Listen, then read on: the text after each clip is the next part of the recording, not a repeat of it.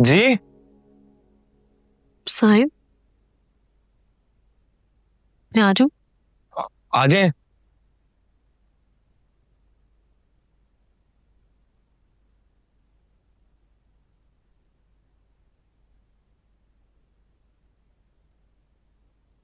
मुझे तुमसे कुछ बातें करनी है साहिब। बोले।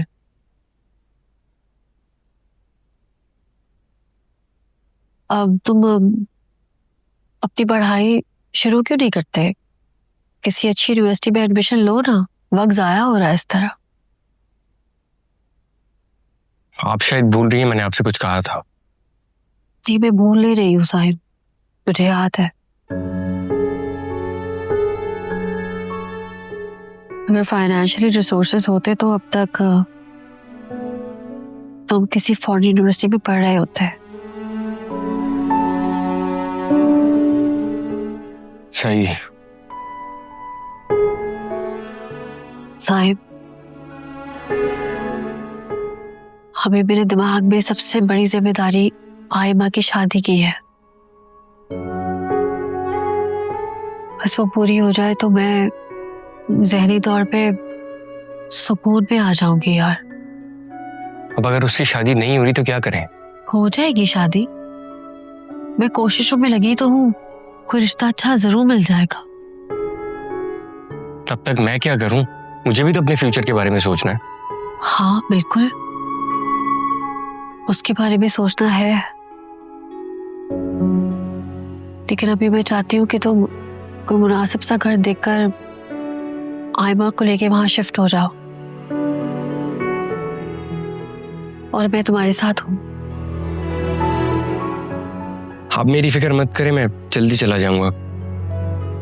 मतलब मैं इंतजाम कर लूंगा अपना कोई। आप आयमा को देखिए, मुझ पर डिपेंड मत करें आप। मतलब कैसे तुम पे डिपेंड ना करो साइम? और कैसे बोल रहे हो? तुम तो भाई हो आयमा के, भाई तो बहनों की ढाल होते हैं ना। आप मैं अपने फर्ज से गाफिल नहीं हूं। कल मैं जा रहा था ना आयमा के साथ, उसे अकेला तो नहीं छोड़ा। और कल आप हमें रोक रही थी और आज जाने के लिए कह रही हैं। तो मैं क्या करूं साइम? और क्या ऑप्शन है मेरे पास? कहाँ जाते तुम लोग?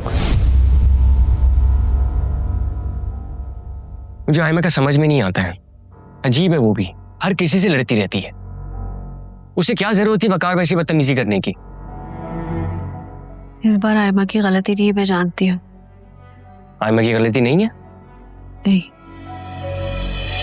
तो फिर असल बात क्या है? आप मुझे वो क्यों नहीं बता रही हैं? वकार भाई ने उसकी इंसल्ट क्यों की इतनी?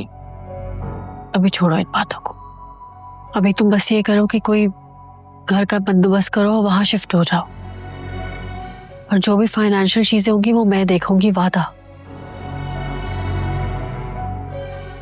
और जल्द से जल्द बस आयमा की शादी हो जाए। कसम से मैं तुम पर इजाफी जिम्मेदारी नहीं डालना चाहती, और मैं चाहती हूँ कि तुम अपनी पढ़ाई पे कंसंट्रेट करो।